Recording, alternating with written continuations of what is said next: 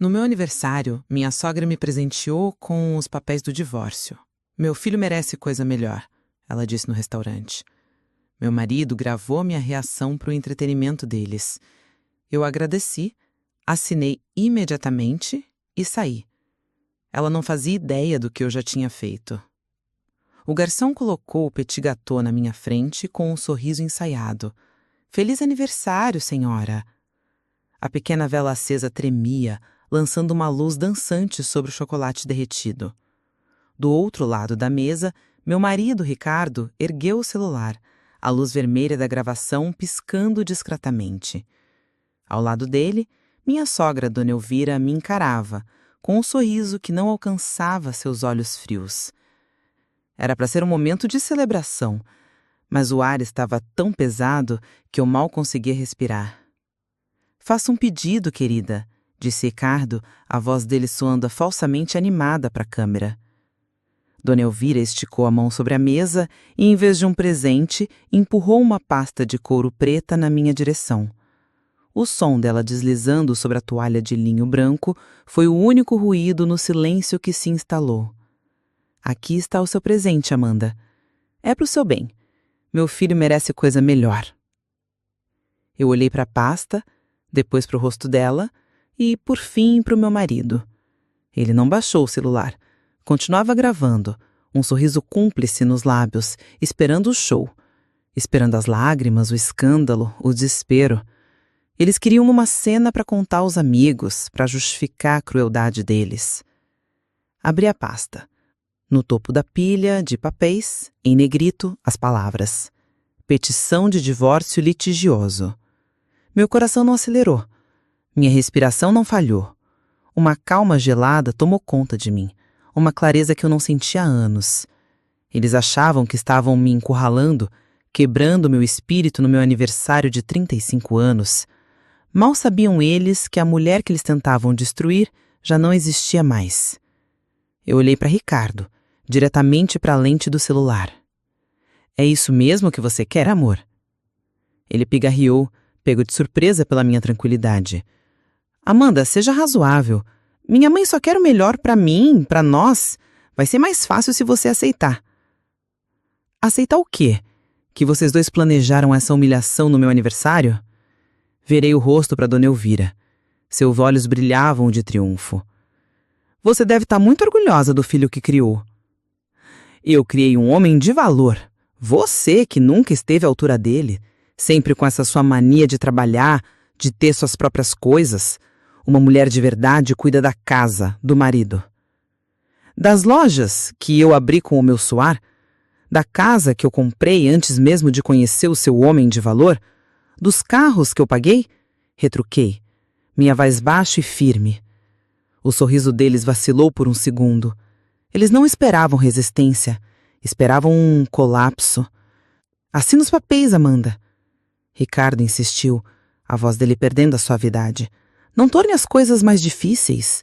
Peguei a caneta que estava convenientemente colocada ao lado dos documentos, folheei as páginas rapidamente, parando na última, onde as linhas pontilhadas esperavam por minha assinatura.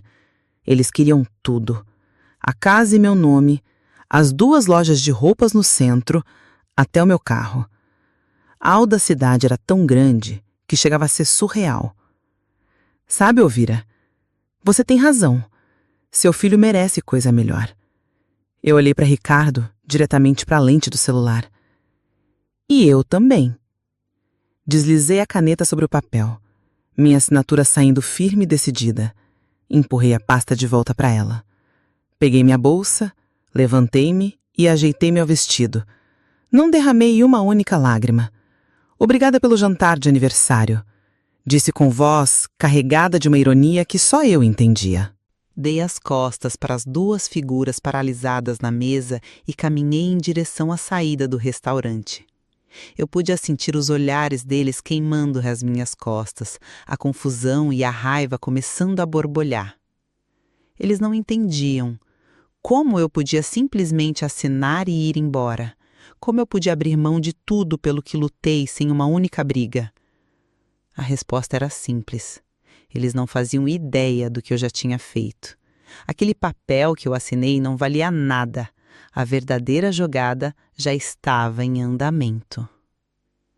Ao sair do restaurante, o ar frio da noite me atingiu como um abraço bem-vindo, limpando o ambiente sufocante que eu havia deixado para trás. Sentei-me no meu carro e, pela primeira vez naquela noite, me permitir sentir algo. Não era tristeza, era fúria. Uma fúria fria, calculista, que me aquecia por dentro. Lembrei-me de 3 dias atrás. Eu estava na sala revisando o estoque de uma das lojas no meu notebook quando Ricardo se aproximou com uma pilha de papéis e um sorriso doce demais para ser verdadeiro.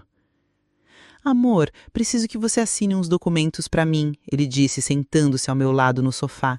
É sobre um investimento que estou pensando em fazer, uma nova parceria para a oficina, mas preciso da sua assinatura como cônjuge. Eu peguei os papéis, o cheiro de tinta fresca invadindo minhas narinas. Um investimento?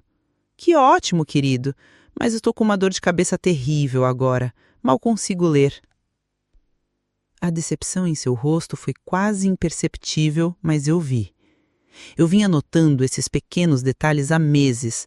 A forma como ele e a mãe se entrolhavam quando eu falava sobre expandir os negócios, as conversas que paravam abruptamente quando eu entrava em um cômodo, a frieza que se instalou entre nós, sutil como uma corrente de ar gelado.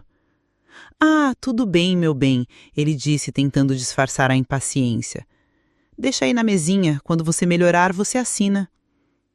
Ele saiu para encontrar a mãe, que o esperava no carro.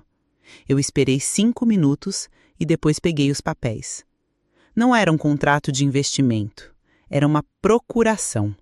Uma procuração ampla, geral e irrestrita, dando a ele plenos poderes sobre todos os meus bens, contas bancárias e empresas. Eles não queriam apenas as coisas materiais, eles queriam o controle total para me deixar sem nada, completamente à mercê deles.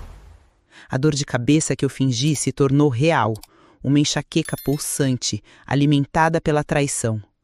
Sentei-me ali no sofá da casa que eu projetei e paguei e senti o chão sumir sob meus pés. Anos de dedicação, de parceria, de amor que eu acreditava ser real, tudo se desfez em pó com aquelas palavras impressas. Eu poderia ter chorado, poderia ter gritado, confrontado ele assim que voltasse, mas algo dentro de mim, uma força que eu não sabia que possuía, se acendeu. Eles me subestimaram. Sempre me viram como a sonhadora, a criativa, a boa com tecidos e vitrines, mas ingênua para os negócios e para a maldade do mundo. Ricardo cuidava da parte chata, como ele dizia, os impostos, os contratos. Agora eu entendia que ele não estava me ajudando. Estava estudando minhas finanças, mapeando minhas posses, planejando o bote. Naquela mesma noite, enquanto ele roncava ao meu lado, eu liguei para a única pessoa em que podia confiar, minha amiga de faculdade, Helena, que se tornou uma das melhores advogadas da cidade. Helena, sou eu, Amanda. Desculpa a hora, mas é uma emergência. Com a voz embargada, contei tudo. Enviei fotos dos documentos. Ela ficou em silêncio por um longo momento do outro lado da linha. Amanda, eles não estão brincando. Isso é um golpe. E dos mais sujos. Mas não se preocupe. Nós vamos virar esse jogo. E vamos fazer isso do seu jeito. E foi o que fizemos. Sentado ao volante, com o motor desligado e as luzes da cidade borrando a paisagem urbana à minha frente, eu respirei fundo. O plano deles era me deixar sem nada, humilhada e exposta no dia que deveria ser meu. Mas a raiva me deu um propósito. A traição deles foi a chama que acendeu uma parte de mim que eu nem sabia que existia. A mulher que construiu 2 negócios do zero, que negociava com fornecedores e gerenciava dezenas de funcionários, não era nenhuma tola. Eu apenas tinha cometido o erro de acreditar que em casa, no meu refúgio, eu podia baixar a guarda. Nunca mais. No dia seguinte à descoberta da procuração, encontrei Helena em um café discreto, longe dos bairros que eu e Ricardo frequentávamos. Coloquei os papéis sobre a mesa e ela os analisou com um olhar clínico. a expressão endurecendo a cada cláusula que lia. Amanda, isso aqui é pior do que eu pensava, ela disse, tirando os óculos e me encarando. Ele não quer só seus bens, ele quer apagar você. Com isso aqui, ele pode contrair dívidas no seu nome, vender suas lojas por qualquer preço, te deixar em uma situação da qual você levaria décadas para sair.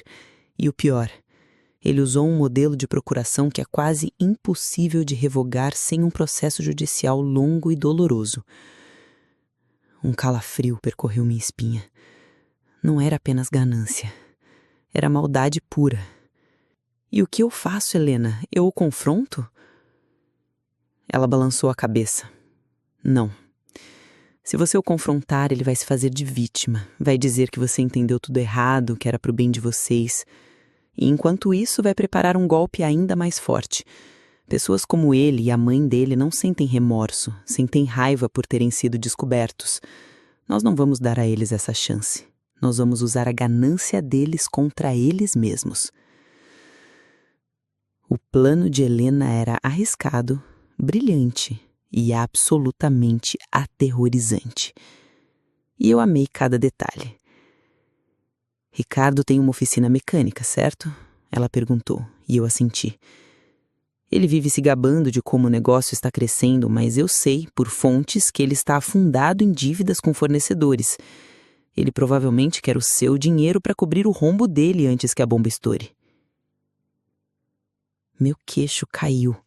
Ele nunca me disse nada sobre dívidas. Pelo contrário, sempre pintou o quadro de um empresário de sucesso, quase me fazendo sentir culpada pelo tempo que eu dedicava às minhas lojas em vez de admirá-lo. O que nós vamos fazer é o seguinte, Helena continuou, inclinando-se sobre a mesa. Vamos preparar um novo conjunto de documentos. Não uma procuração, mas um contrato de transferência de bens. Vamos redigir de uma forma que pareça que você está protegendo os ativos dele, transferindo a oficina e o carro dele para o seu nome, como uma manobra para fugir de credores. E no meio disso, vamos inserir cláusulas que fazem o mesmo com os bens dele em relação a você. A casa que ele herdou do pai, o carro de luxo que ele insiste em dirigir, tudo.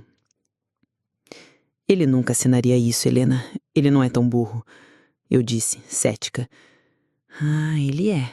Ele é arrogante. Ele acha que você é ingênua. Ele não vai ler as entrelinhas porque está cego pelo próprio plano.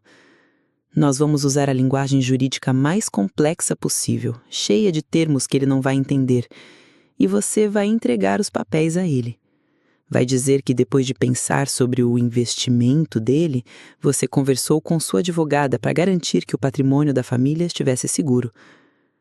Passamos as 48 horas seguintes trabalhando sem parar. Enquanto eu agia normalmente em casa, tratando Ricardo com a mesma cordialidade distante que se tornara nosso padrão, Helena e sua equipe preparavam a armadilha jurídica perfeita. Cada cláusula foi meticulosamente elaborada. O documento foi disfarçado como um contrato de reestruturação de ativos conjugais para fins de proteção patrimonial. Um nome pomposo e intimidador, desenhado para fazer qualquer leigo se sentir pequeno. Na noite anterior ao meu aniversário, o documento estava pronto. Eu o segurei em minhas mãos, o papel parecendo pesar 1 tonelada. Meu coração martelava contra as quibelas. Era a hora. Encontrei Ricardo na sala assistindo a um jogo de futebol. Ele mal olhou para mim quando eu me aproximei. Querido, comecei, a voz saindo um pouco mais trêmula do que eu gostaria. Respirei fundo e tentei de novo. Sobre aqueles papéis do investimento, eu não assinei ainda. Ele imediatamente pegou o controle remoto e desligou a TV. Toda a sua atenção se voltou para mim. O peixe havia mordido a isca. Eu sei, meu bem. Você estava com dor de cabeça? Está se sentindo melhor? Ele perguntou, a preocupação em sua voz soando tão falsa que me deu náuseas. Estou melhor, sim, mas eu fiquei pensando. Sabe como sou medrosa com essas coisas de negócios. Eu pedi para Helena, minha amiga advogada, dar uma olhada, só para garantir, sabe? Ela disse que o documento era muito simples e nos deixava vulneráveis. Então ela fez alguns ajustes para proteger a gente. Para me proteger e proteger você de qualquer problema futuro. Eu estendi a nova pasta para ele. Era idêntica à que ele havia me dado, preta e imponente. Ele a pegou, o semblante se fechando um pouco. Você mostrou meus planos de negócio para sua amiga? Ele perguntou, o tom de acusação claro. Claro que não, amor. Eu só mostrei a procuração. Disse que era para um investimento nosso. Ela só ajustou as cláusulas legais para nos blindar. Ela disse que, do jeito que estava, até meus bens poderiam ser usados para cobrir qualquer dívida desse novo negócio. Com este novo contrato, separamos tudo. Se o seu investimento der errado, minhas lojas e minha casa ficam seguras. E, para ser justo, se por acaso eu tiver algum problema, seus bens também ficam protegidos. É uma segurança para nós dois. Eu podia ver as engrenagens girando na cabeça dele. A menção de proteger meus bens o fisgou. Em sua mente ele já considerava como seus. Proteger os meus bens agora significava proteger o futuro dele. Ele abriu a pasta e começou a folhear. Vi seus olhos passando rapidamente pelos parágrafos densos, pela linguagem que ele não entendia. Ele estava procurando por armadilhas óbvias, não pela genialidade escondida na estrutura do contrato. Parece complicado, ele murmurou. É o que os advogados fazem, não é? Complicam tudo. Eu disse com um riso forçado. Mas Helena me garantiu que é o procedimento padrão. Assine aqui, aqui e aqui. Eu já assinei minha parte. Apontei para as linhas pontilhadas. Ele hesitou por um momento, olhando do papel para mim como se tentasse ler alguma coisa no meu rosto. Mantive a expressão mais neutra e submissa que consegui. A esposa preocupada que só queria segurança. Finalmente, a arrogância venceu a cautela. Ele pegou a caneta. Ele acreditava tanto na minha ingenuidade, tanto na própria esperteza, que não podia conceber que eu o enganaria. Ele assinou cada página. O som da caneta arranhando o papel foi a música mais doce que eu já ouvi. Assim que ele terminou, peguei os documentos. Ótimo, querido. Vou levar para Helena registrar em cartório amanhã pela manhã. Agora podemos ficar tranquilos. Dei um beijo em sua bochecha e saí da sala antes que ele pudesse mudar de ideia, meu corpo inteiro tremendo com a adrenalina. Corri para o nosso quarto, tranquei a porta e enviei uma foto das assinaturas para Helena. A resposta dela veio em segundos. Cheque mate. Agora é só esperar eles moverem o rei. E a jogada do rei veio no dia seguinte, no meu jantar de aniversário. A humilhação no restaurante, os papéis do divórcio, o celular gravando. Era a peça final do teatro deles. Eles me fizeram assinar um pedido de divórcio que listava a separação de bens como a ser definida judicialmente, acreditando que a procuração que eles achavam que eu tinha assinado lhes daria o controle de tudo no processo. Mas o documento que valia, o que estava sendo registrado em cartório naquele exato momento, era o contrato que Ricardo havia assinado na noite anterior. O contrato que passava a oficina, a casa herdada e o carro de luxo para o meu nome. Eles entraram no jogo de xadrez para pegar a minha rainha, sem perceber que eu já tinha capturado o rei deles. Eles não faziam ideia de que, ao tentarem me tirar tudo, eles tinham acabado de me dar tudo o que era deles. A porta do restaurante se fechou atrás de mim, abafando o som da humilhação planejada. O manobrista trouxe meu carro e eu dei uma gorjeta generosa, com um sorriso que devo ter treinado no espelho porque ele não pareceu notar que meu mundo tinha acabado de ser virado de cabeça para baixo. Ou melhor, virado para o lado certo. Ao entrar no carro, o cheiro familiar do couro e do meu perfume me acalmaram. Por alguns segundos fiquei parada, as mãos no volante, olhando para a fachada iluminada do lugar onde minha vida de casada terminou. Eles ainda estavam lá dentro, provavelmente se recuperando do choque. Dona Elvira, com sua boca franzida de desdém, e Ricardo, baixando lentamente o celular, tentando processar por que a cena que ele tanto queria gravar não teve o clímax esperado. A imagem dos dois, paralisados com os papéis do divórcio assinados entre eles na mesa, me veio à mente. Eles esperavam um rio de lágrimas, e eu lhes dei um deserto de indiferença. E foi aí que aconteceu. Um riso borbulhou do fundo do meu peito. Começou baixo, quase um soluço, mas cresceu e se transformou numa gargalhada alta, genuína e libertadora. Eu ri até minha barriga doer. Ri da audácia deles, da arrogância, da estupidez monumental de acharem que podiam passar por cima de mim. O som da minha própria risada dentro do carro selado era um pouco maníaco, mas era o som mais honesto que eu tinha produzido em anos. Quando as lágrimas finalmente vieram, não eram de tristeza. Eram lágrimas de um alívio profundo, catártico. Eu estava livre. Liguei o carro e me afastei do restaurante. Não em direção à casa que um dia chamei de lar, mas em direção ao meu futuro.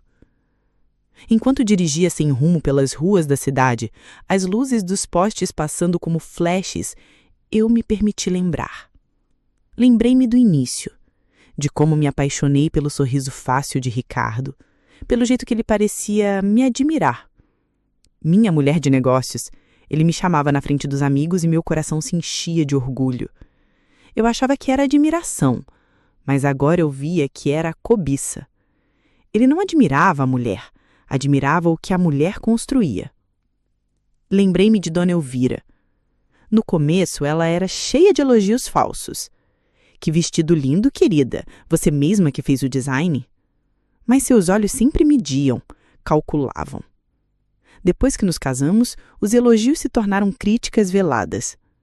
Você trabalha demais, Amanda. Um homem precisa de uma esposa em casa. Para que outro carro? Não é um exagero? Ela não queria que eu parasse de trabalhar. Ela só queria que os frutos do meu trabalho fossem direcionados para o filho dela, para o conforto deles, não para a minha independência. A maior dor não foi a traição financeira, foi a emocional. Foi perceber que o homem com quem eu dividia a cama, com quem eu planejava um futuro, via-me não como uma parceira, mas como um prêmio a ser conquistado e depois um recurso a ser explorado. Ele e a mãe eram sócios em um empreendimento doentio, onde eu era um único ativo. Parei num sinal vermelho e meu celular vibrou no banco do passageiro. Era uma mensagem de Helena. E então, como foi o jantar de aniversário? Eu sorri para a tela. Peguei o telefone e liguei para ela colocando no viva-voz. Eles caíram, Helena. Com tudo, eu disse, a voz ainda rouca de tanto rir. Conte-me cada detalhe, ela pediu, e pude ouvir o sorriso na voz dela. Eu narrei a cena no restaurante. O bolo, a vela, o celular gravando, as palavras cruéis de Elvira, a entrega dos papéis do divórcio. Contei como assinei sem hesitar e saí, deixando-os em estado de choque. Amanda, você é minha heroína, Helena disse, rindo do outro lado. O registro do contrato foi finalizado no fim da tarde. É oficial. A oficina, a casa dos pais dele, o carro, tudo seu. Legalmente e inquestionavelmente. E agora? Eu perguntei, sentindo um novo frio na barriga. A vingança era doce, mas o próximo passo era a guerra. Agora você não vai para casa. Você vai para o hotel que eu reservei para você. O endereço está no seu e-mail. Amanhã de manhã, o oficial de justiça entregará a primeira notificação. Mas a sua parte, a parte pessoal, você faz hoje. Você vai enviar um e-mail para os dois. Eu já redigi o texto. É hora de mostrar para eles que a peça de teatro acabou e eles não são os diretores. Cheguei ao hotel. Um lugar elegante e impessoal onde ninguém me conhecia. O quarto era espaçoso, com uma janela enorme que dava para a cidade cintilante. Parecia um universo de distância da casa decorada com as memórias de um amor que se revelou uma mentira. Abri meu notebook, as mãos tremendo um pouco. No meu e-mail estava o rascunho de Helena. O assunto era simples: notificação extrajudicial e acordo de divórcio. O texto era frio, preciso e devastador. Prezados Ricardo e Elvira, escrevo em resposta aos eventos ocorridos durante o jantar de hoje, 28 de agosto de 2025. Aceito o pedido de divórcio apresentado e informo que meus representantes legais darão prosseguimento imediato aos trâmites. Gostaria, no entanto, de esclarecer a nova configuração de partilha de bens conforme o contrato de reestruturação de ativos conjugais para fins de proteção patrimonial, assinado por Ricardo em 27 de agosto de 2025 e devidamente registrado em cartório. Cópia anexa. Conforme as cláusulas 4, 7 e 12 do referido contrato, os seguintes ativos foram legalmente transferidos para minha posse exclusiva. 1. O imóvel comercial localizado na Rua das Acácias, número 123, onde opera a Oficina Mecânica Andrade. 2. O imóvel residencial localizado na Avenida dos Flamboyants, número 456, herdado por Ricardo. 3. O veículo de placa XYZ 7890. Considerando que a casa onde residíamos é de minha propriedade exclusiva, adquirida antes do nosso casamento, solicito que desocupem o imóvel no prazo improrrogável de 48 horas a contar do recebimento deste e-mail. Qualquer tentativa de contato deve ser feita exclusivamente através da minha advogada, doutora Helena Costa, cujo contato segue abaixo. Atenciosamente, Amanda Oliveira. Anexei a cópia digitalizada do contrato com a assinatura de Ricardo claramente visível em cada página. Respirei fundo. Era isso. O ponto sem retorno.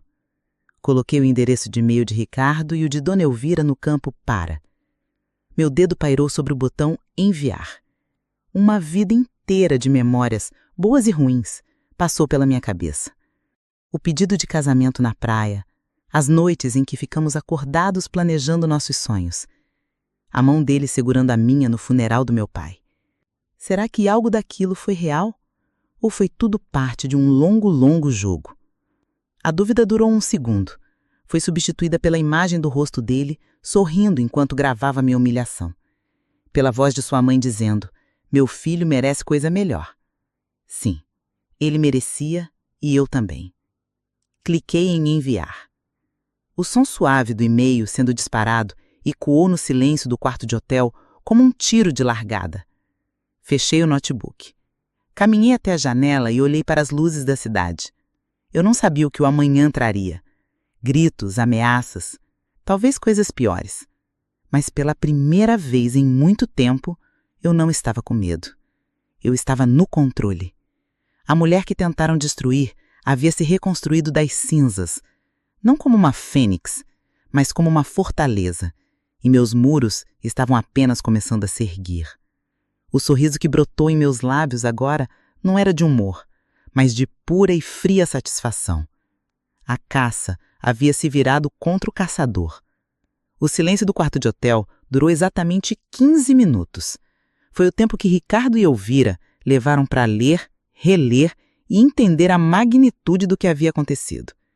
Então, meu celular começou a vibrar sobre a mesa de cabeceira como uma fúria apocalíptica. A foto de Ricardo sorrindo na tela parecia uma zombaria. A primeira chamada eu ignorei. A segunda, a terceira, a 10ª, ele não desistia. Então as mensagens de texto começaram a chegar. Uma enxurrada de pânico e raiva. Ricardo. Amanda, que brincadeira é essa? Me liga agora. Ricardo, você falsificou na assinatura. Isso é crime. Vou te processar. Ricardo, minha mãe está passando mal por sua causa. Você é um monstro.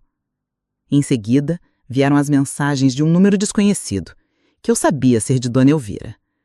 Dona Elvira, sua vagabunda ingrata, depois de tudo que fizemos por você, você vai pagar caro por isso.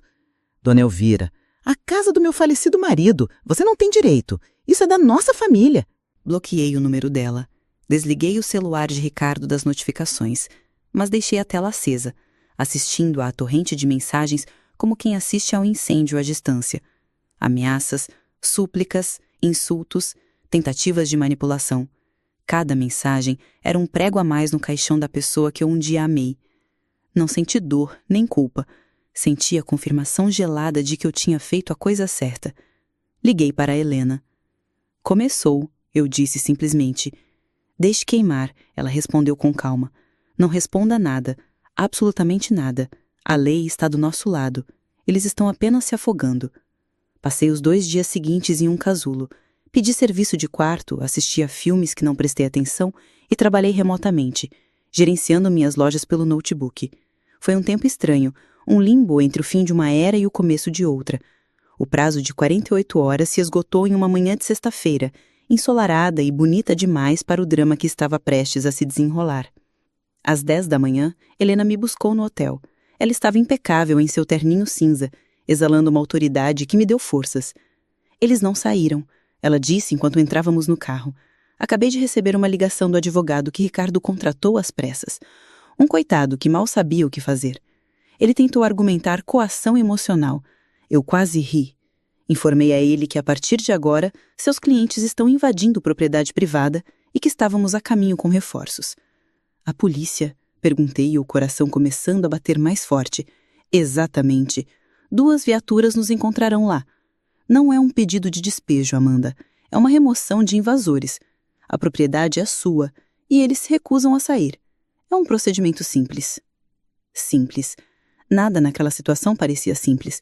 Quando dobramos a esquina da minha rua, a rua onde eu havia plantado roseiras no jardim e escolhido a cor da porta de entrada, vi o carro de luxo de Ricardo ainda estacionado na garagem. E na varanda, os 2. Elvira e Ricardo, de braços cruzados como 2 generais derrotados, mas ainda se recusando a entregar a fortaleza. As 2 viaturas da polícia já estavam paradas em frente à casa, discretamente. 2 policiais, um homem e uma mulher, saíram e vieram a nosso encontro. Helena, com a pasta de documentos em mãos, explicou a situação de forma concisa e profissional. Apresentou a escritura da casa em meu nome, o contrato assinado por Ricardo e a notificação por e-mail enviada há 2 dias. O policial mais velho, de feição cansada, assentiu. Entendido, doutora. É a sua propriedade. Vamos apenas acompanhá-las para garantir que os ocupantes saiam pacificamente. A cada passo que eu dava em direção à minha própria casa, senti o peso daquele momento. Ali estava o fim. Não havia mais cartas na manga, nem mais jogos. Era a realidade, nua e crua. Ricardo deu um passo à frente quando nos aproximamos. O rosto dele era uma máscara de fúria e desespero. Ele não olhou para Helena, nem para a polícia. Seus olhos estavam fixos em mim. Amanda, o que você está fazendo? Ele disse a voz baixa e tensa. Você vai mesmo expor a nossa vida assim? Chamar a polícia para a nossa casa? Não é mais a nossa casa, Ricardo. É a minha casa. E você teve 48 horas para sair. Respondi, minha voz saindo mais firme do que eu esperava. Dona Elvira soltou uma risada amarga. Nossa, olhem para ela, a grande empresária, a mulher poderosa. Você sempre foi uma calculista. Eu avisei o meu filho. Ele te deu amor, te deu um nome e você o apunhalou pelas costas. Amor? Retruquei, dando um passo à frente, parando no primeiro degrau da escada da varanda. Vocês chamam de amor planejar me deixar na rua no meu aniversário? Gravar a minha humilhação para se divertirem depois? Tentarem roubar tudo pelo que eu trabalhei a vida inteira? Não, Elvira. Isso não é amor. É ganância. E vocês 2 são péssimos perdedores. O rosto de Ricardo se contorceu. Ele tentou uma última tática, a do arrependimento. Amanda, meu amor, por favor. Eu errei. Fui influenciado. Eu estava desesperado com as dívidas. Eu não queria te magoar. Nós podemos consertar isso. Esquece os advogados, a polícia. Vamos conversar. Só nós 2. Ele estendeu a mão para mim. Por um instante fugaz, o fantasma do homem por quem me apaixonei apareceu diante de mim. Mas era só isso. Um fantasma. A realidade era o homem que assinaria qualquer papel para me destruir e que só demonstrava remorso quando seu plano falhava. Acabou a conversa, Ricardo. Acabou tudo. Eu disse sem desviar o olhar. Peguem suas coisas pessoais. O resto, o que for meu, fica. Vocês têm 30 minutos. Depois disso, os policiais irão removê-los à força. A palavra força pareceu finalmente quebrar a resistência deles. Dona Elvira ofegou ultrajada. Ricardo olhou para os policiais que mantinham uma postura neutra, mas firme. A batalha estava perdida e ele sabia disso. O que se seguiu foi uma meia hora patética. Sob o olhar atento da polícia, eles entraram e saíram com caixas e malas, jogando roupas e objetos pessoais de qualquer jeito. Os movimentos eram bruscos, cheios de raiva silenciosa, e eu permaneci na varanda, imóvel. Não entrei na casa. Não queria contaminar meu recomeço com a energia daquele fim. Quando a última mala foi colocada no carro de Ricardo, o carro que em breve não seria mais dele, Dona Elvira parou na minha frente. Seus olhos, antes frios e calculistas, agora queimavam de ódio puro. Você vai se arrepender disso, vai acabar sozinha e infeliz. Ela cuspiu as palavras. Eu a encarei e pela primeira vez senti um pingo de pena. Eu já fui infeliz, Elvira. Era quando eu vivia com vocês e não sabia. Solidão não me assusta. A sua companhia, sim. Ela ficou sem palavras. Virou-se e entrou no carro, batendo a porta com força. Ricardo me deu um último olhar, uma mistura de ódio e súplica. Eu não ofereci nada em troca, apenas o silêncio. Ele entrou no carro e o veículo cantou pneus ao sair, deixando para trás apenas o cheiro de borracha queimada. Os policiais se despediram e foram embora. Helena colocou uma mão no meu ombro. Você conseguiu. Eu assenti, ainda olhando para a rua vazia. Subi os degraus e parei em frente à minha porta. Peguei a chave na bolsa. A mesma chave de sempre, mas que agora abria um mundo diferente. Girei-a na fechadura e o clique da porta se abrindo soou como o primeiro dia do resto da minha vida. Entrei. A casa estava silenciosa. Havia um caos de coisas fora do lugar, resultado da saída apressada deles, mas o ar já parecia mais leve. Caminhei pela sala, passando os dedos pelos meus móveis, pelos livros na minha estante. Olhei pela janela para as minhas roseiras. Não havia euforia, não havia a alegria explosiva de uma vitória. Havia algo melhor, uma paz profunda e inabalável, a certeza de que eu havia me salvado. A vingança não foi o prato principal, foi apenas a sobremesa. O verdadeiro banquete era a minha vida, de volta às minhas mãos. Sozinha, na minha casa, no silêncio que agora era meu, eu não sorri. Apenas respirei. E foi o suficiente.